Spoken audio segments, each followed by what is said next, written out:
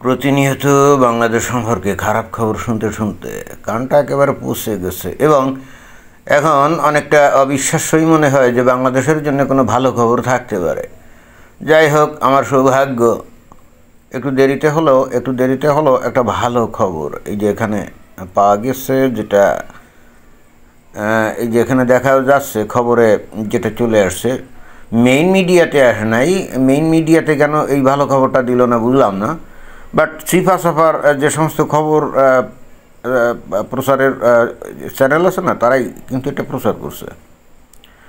তো খবরটা কি, ভারতে জঙ্গি হামলার জন্য বাংলাদেশকে ব্যবহারের পরিকল্পনা হাফিজ সইদের লস্কর-ই তৈবা প্রধানের ঘনিষ্ঠ সহযোগী পৌঁছল ইউনূসের দেশ বাংলাদেশে। এর চাইতে ভালো খবর কি আর হয়? এই যে 5 আগস্ট 2024 সালের পর থেকে বাংলাদেশের যারা নাকি সরকারে আছে, প্রাক্তন আর্মি অফিসার যারা, এবং একই সঙ্গে বৈষম্য বিরোধী যে সমস্ত ছেলেপেলে আছে, তারা প্রতিনিয়ত তো ভারতের বিরুদ্ধে হুঙ্কার দিয়ে আসছে, তাই না? কিন্তু হুঙ্কার দিলে হবে কি? ভারতকে প্রকৃত অর্থে ব্যতিব্যস্ত করার মতো সেই ধরনের শক্তি, সাহস, সাংগঠনিক কর্মকাণ্ড, দক্ষতা, নেটওয়ার্ক এটা কি বাংলাদেশের আছে? না, নাই, একেবারেই নেই। এটা কিন্তু সত্য কথা। আছে কাদের? আছে কিন্তু এই যে পাকিস্তানের অধিকৃত কাশ্মীরে, পিওকে, পাক অকুপাইড কাশ্মীর, আর পাকিস্তানের ন্যারেটিভ অনুযায়ী সেটা হলো কি আজাদ কাশ্মীর, রাইট?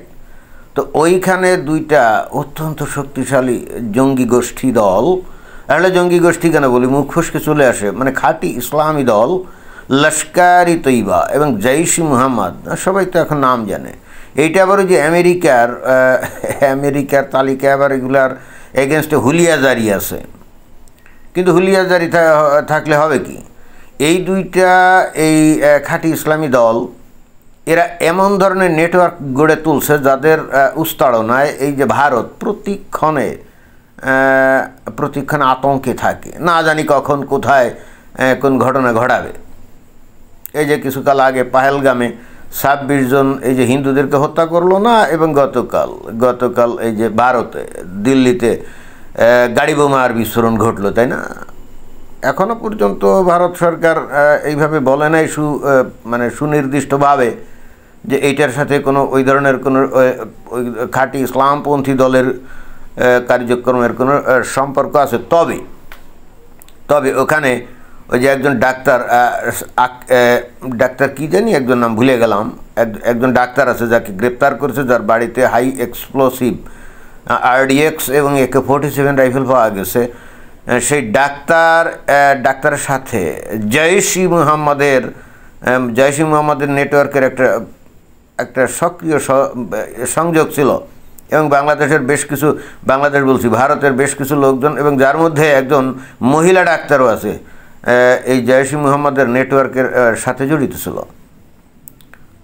কিন্তু বাংলাদেশে মানে জড়িত ছিল, অর্থাৎ আমি যেটা বোঝাতে চাচ্ছি যে এই জৈশ-ই মুহাম্মদ অথবা লস্কর-ই তৈবা এদের কর্মকাণ্ডের ফলে ভারতের সরকার তো ব্যাপকভাবে সবসময় আতঙ্কে থাকে, এবং এদেরকে দমন করার জন্যই কিন্তু ভারত প্রতি বছর শত না হাজার কোটি টাকা কিন্তু খরচ করে। ওই যে কাশ্মীর সীমান্তে তারা যতটুকু জানি কত 4 থেকে 5 লক্ষ সৈন্য মনে হয় মোতায়েন আছে, এবং এছাড়া আরও অন্যান্য অনেক কিছু মোতায়েন আছে। তো এগুলো তো আসলে অনেক ব্যয়বহুল একটা ব্যাপার। সামরিক এই যে খরচ আধুনিক যুগ অত্যন্ত ব্যয়বহুল না?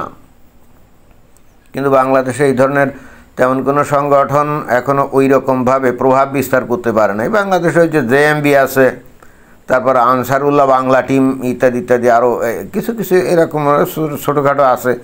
এগুলো এখনও ভারতের জন্য তেমন কোনো হুমকি তৈরি করতে পারে নাই। বাট বাংলাদেশের মানুষের যে জোশ, বিশেষ করে যে সেনাবাহিনীর প্রাক্তন সদস্য এবং ইসলামপন্থী দলগুলোর যে জোশ, এবং বর্তমান সরকারের লোকজনের যে ভারত বিরোধী যে জোশ, যুদ্ধ তারা করবেই অ্যাট এনি কস্ট, কিন্তু সেই ধরনের নেটওয়ার্ক, সেই ধরনের অর্গানাইজেশন তো এখনও নাই। তাহলে কী করতে হবে? এখন বাংলাদেশের সাথে পাকিস্তানের যে ধরনের একেবারে গলায় সম্পর্ক, তাই না? এই তো গত একদিন আগে একদিন আগে তো আমরা দেখলাম যে পাকিস্তানের নৌবাহিনীর একটা জাহাজ NS সৈফ চলে আসছে, এবং দেখলাম যে বাংলাদেশের সেনাবাহিনী প্রধান ওয়াকারুজ্জামানের সাথে কতই রঙ্গ তামাশা খাতির। তারপরে এই পাকিস্তান থেকে প্রতিনিয়ত সেনাবাহিনীর বিভিন্ন উচ্চ পদাধিকারী লোকজন বাংলাদেশে আসছে। তো এই সমস্ত ঘোরাঘাড়ি একই এমনি নাকি? এই সমস্ত ঘোরাঘাড়ির তো একটা উদ্দেশ্য আছে। উদ্দেশ্য কী? পাকিস্তান খুব সক্রিয়ভাবে চিন্তাভাবনা করছে যে বাংলাদেশকে ব্যবহার করে ভারতের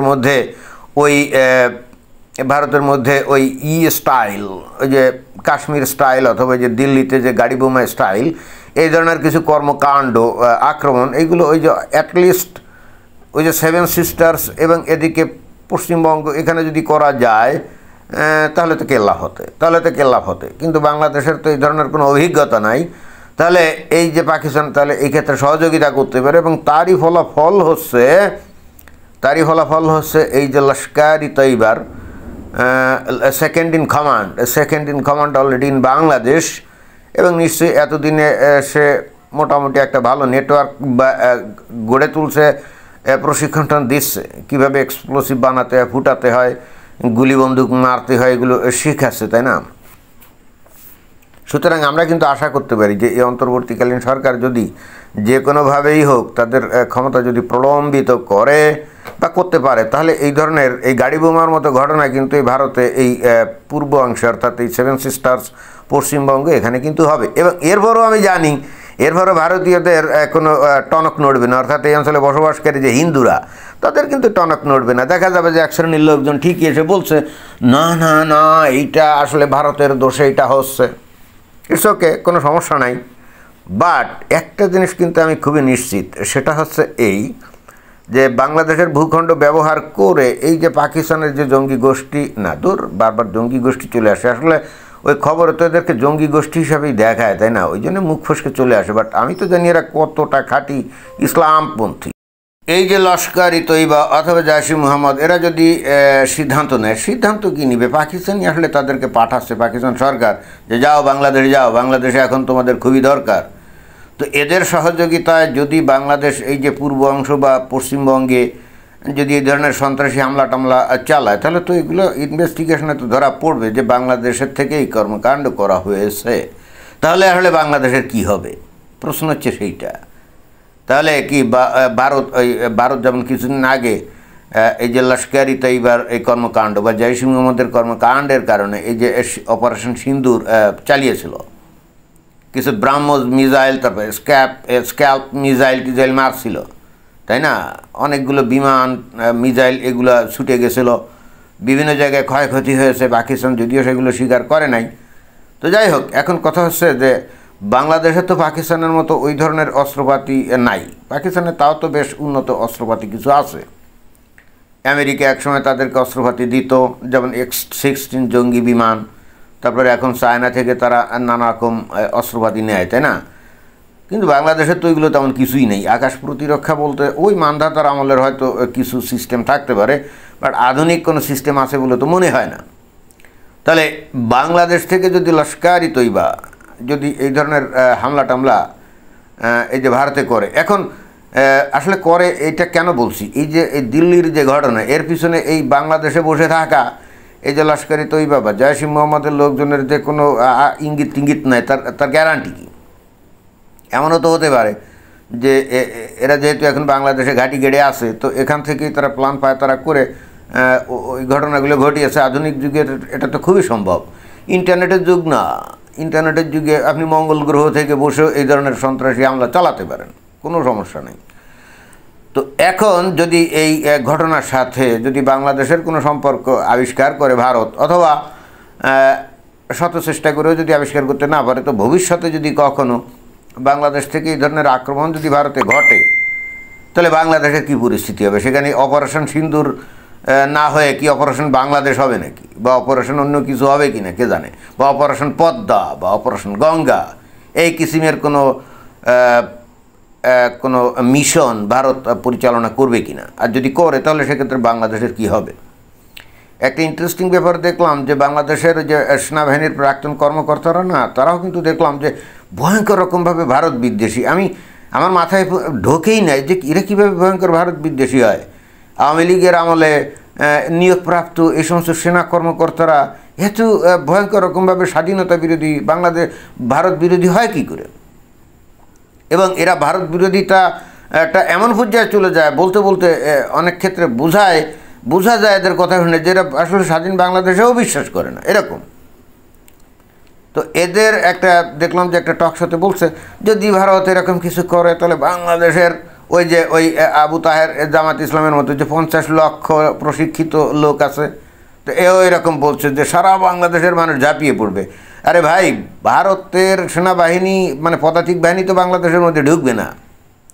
প্রথমে যদি কোনো আক্রমণ করে তাহলে পদাতিক বাহিনী কি ঢুকবে নাকি? এটা মিসাইল মারবে। তো মিসাইল মারলে কী করবা তুমি? আমি তো এইটাই বুঝলাম, মানে এদের মাথায় কী আছে, এরা কীভাবে সেনাবাহিনীতে চাকরি পাইছিল আর দীর্ঘদিন চাকরি করেও গেছে, আমি বুঝলাম না। এখনকার যুদ্ধ যদি করে বা কোনো অপারেশন যদি করে তো সেটা পদাতিক বাহিনী দিয়ে করবে, আর এরা ঘোড় সওয়ারে মানে উঠে তারপরে গিয়ে তাদের বিরুদ্ধে যুদ্ধ করবে নবীর দেখানো পথে। এই ধরনের কাল্পনিক স্বপ্নে এরা বিভোর। হ্যাঁ, কিছু স্ক্যাল্প মিসাইল অথবা ব্রাহ্মস যদি মারে, বাংলাদেশের একেবারে ক্যান্টনমেন্ট যে জায়গায় আছে একেবারে নির্দিষ্ট সেই সমস্ত জায়গায়, অথবা কিছু জায়গাকে যদি চিহ্নিত করে যে ওই জায়গায় জঙ্গি ঘাঁটি আছে বা জঙ্গিরা ওখানে লুকায় আছে, এরকম যদি মারে তখন বাংলাদেশ কি করবে? আমার প্রশ্ন হচ্ছে সেইটা। বাংলাদেশকে পাল্টা কিছু করবে? আর যদি করে তাহলে তো সেই ক্ষেত্রে তো বাংলাদেশ ভারত যুদ্ধ শুরু হবে, তাই না? তো সেই যুদ্ধ হলে তখন কি হবে? এখন তো মনেই হচ্ছে যে ঘটনা সেই দিকে আস্তে আস্তে যাচ্ছে। ভারত এখন প্রকৃত সত্য আমরা জানি না যে বাংলাদেশে থাকা পাকিস্তানি লস্করি তৈবা বা জয়সী মোহাম্মদের লোকজন যারা আসছে তাদের ইন্ধনে এই যে দিল্লিতে এই গাড়ি বোমা বিস্ফোরিত হলো কি না। এখন ভারত তো অবশ্যই চেষ্টা চালাবে যে হ্যাঁ এই বাংলাদেশের লোক এদের থেকেই হয়েছে, তাই না? এবং এটা শিখছে কাদের কাছ থেকে? বাংলাদেশের কাছ থেকে। আমাকে বারবার উদাহরণ দিতেই হবে যে যেমন বাংলাদেশের লোকজন এই যে এই পূজা মণ্ডপের মধ্যে নিজেরাই কোরআন রেখে মুমিন মুসলমানরা তারপরে হিন্দুদের উপর ঝাঁপিয়ে পড়ে, তাই না?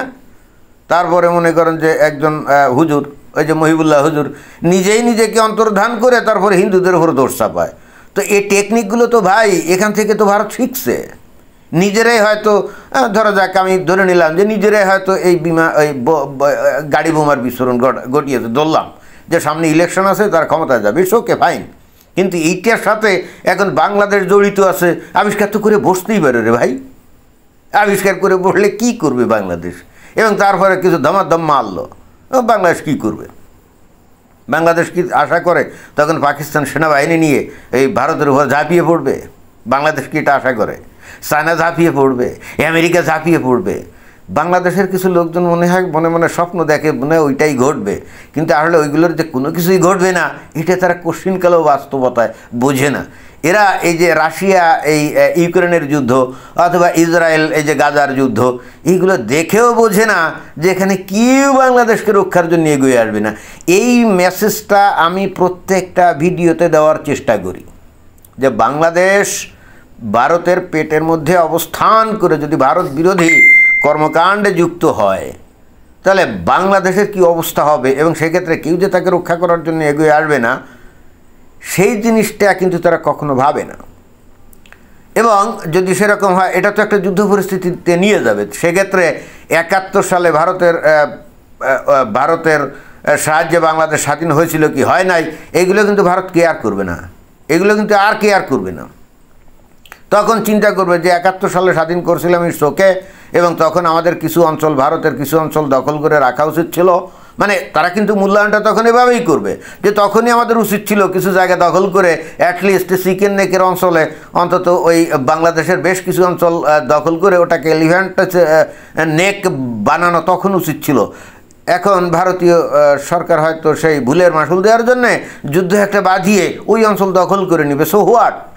বাংলাদেশকে 71 সালে স্বাধীনতায় সাহায্য করছিল না করছিল, এর থেকে তো তাদের এখন ওই চিকেন নেক বড় বানানো অনেক জরুরি না, অনেক জরুরি।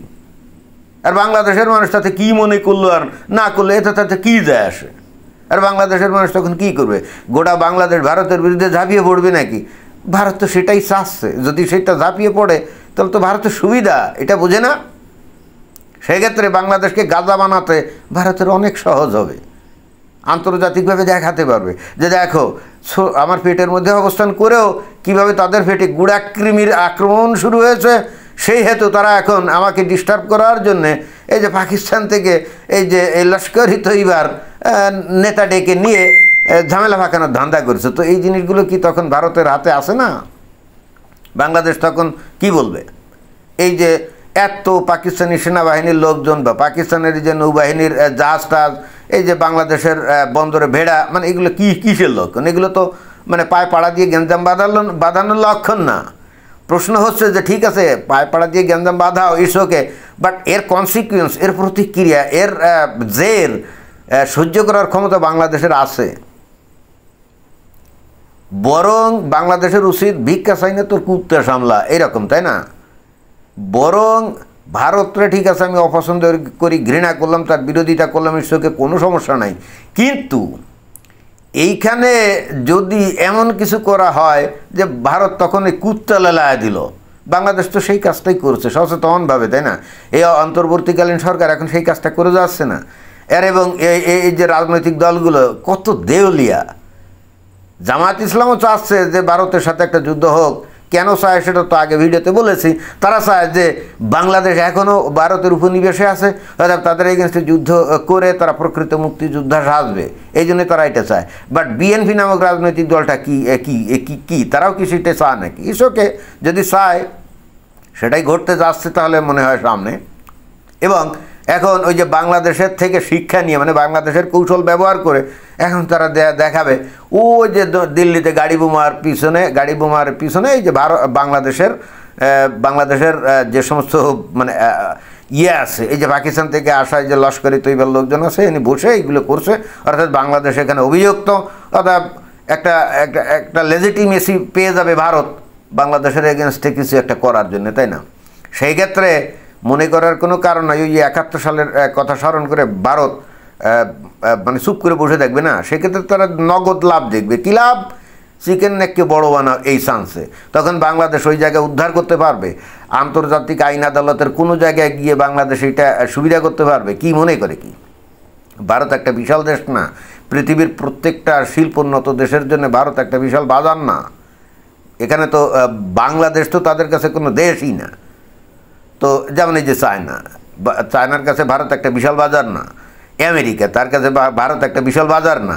তো তারা বাংলাদেশের স্বার্থের জন্যে কি ভারতের সাথে সম্পর্ক নষ্ট করবে নাকি? না, তা করবে না। এই জিনিসটাই কিন্তু বাংলাদেশের মানুষ বুঝে না। তো যাই হোক, এটাই ছিল বক্তব্য। ধন্যবাদ।